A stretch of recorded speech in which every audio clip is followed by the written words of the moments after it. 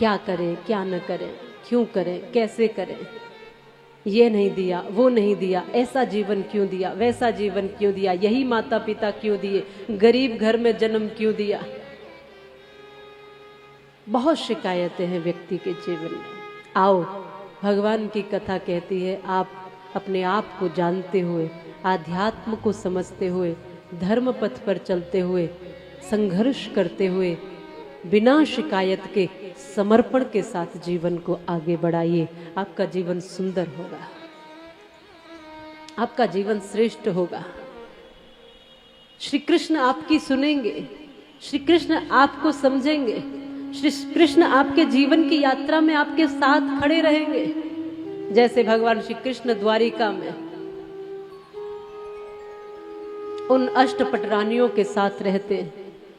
16,108 रानियां भगवान की कही जाती हैं। उनमें से 8 रानियों के साथ विवाह करने का कुछ न कुछ उद्देश्य था, औचित्य था। मुख्य रूप से 8 ही पटरानी थी, लेकिन 16,100 का वर्णन आता है कि भौमासुर की कैद में फंसी हुई वो सब राजकुमारियां, भगवान को पता चला कि अपहरण हुआ है इतनी स्त्रियों का, तो वो गए और उस दैत्य को समाप्त करके उन सब कन्याओं को बाहर निकाला।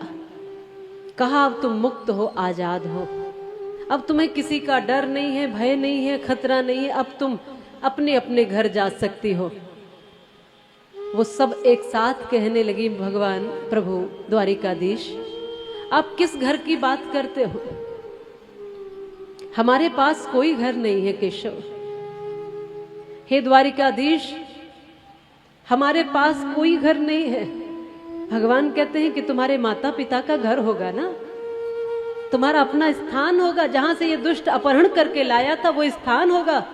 कहा प्रभु जिस समय यह राक्षस हमारा अपहरण करके लाया था उसी समय हमारे माता पिता के दरवाजे बंद हो गए थे।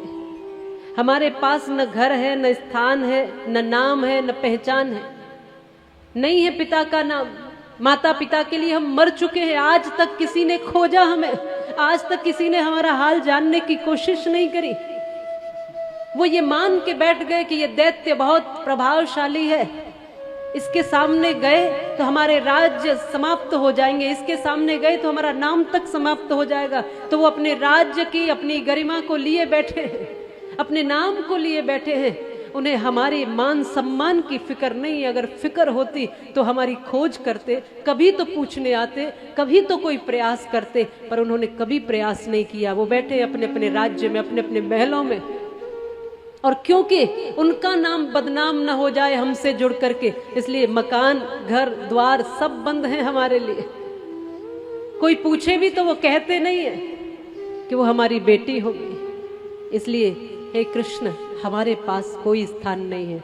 और मैं आपसे पूछती हूँ, बिना नाम के आपको जीना पड़े तो जी पाओगे? बिना पहचान के जीना पड़े तो जी पाओगे?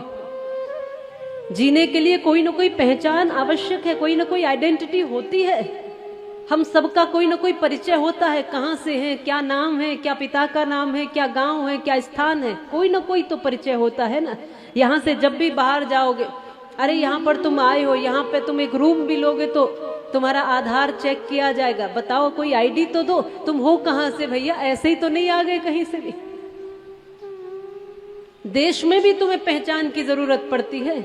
अपने घर से, गांव से निकलकर जहां भी जाओगे पहचान की आवश्यकता पड़ती है। अपने गांव में भी जहां रहोगे वहां भी पहचान की तो जरूरत पड़ेगी, किसके पुत्र हो, किसकी संतान हो। तब उन्होंने कहा कि हमारे पास कोई घर नहीं है, कोई गांव नहीं है, कोई पहचान नहीं है, इसलिए हमारे पास एक ही रास्ता बचा है प्रभु कि हम सब आत्महत्या कर लेते हैं।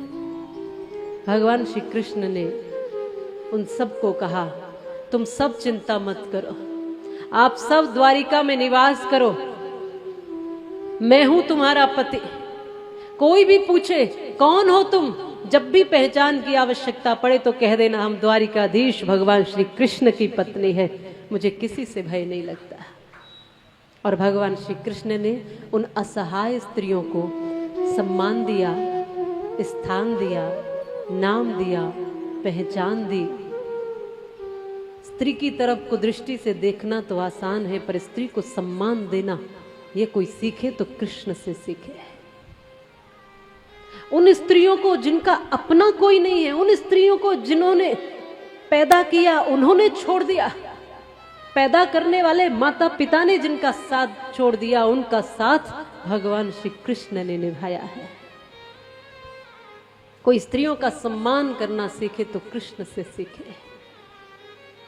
सबको सम्मान दिया है, वो जिनका कोई सम्मान नहीं था, वो जिनका कोई अपना नहीं था, वो जो असहाय थी हर ओर से, उनको हिम्मत दे के सहायता की है और इतना बड़ा बना दिया है। साक्षात द्वारिकाधीश की पत्नी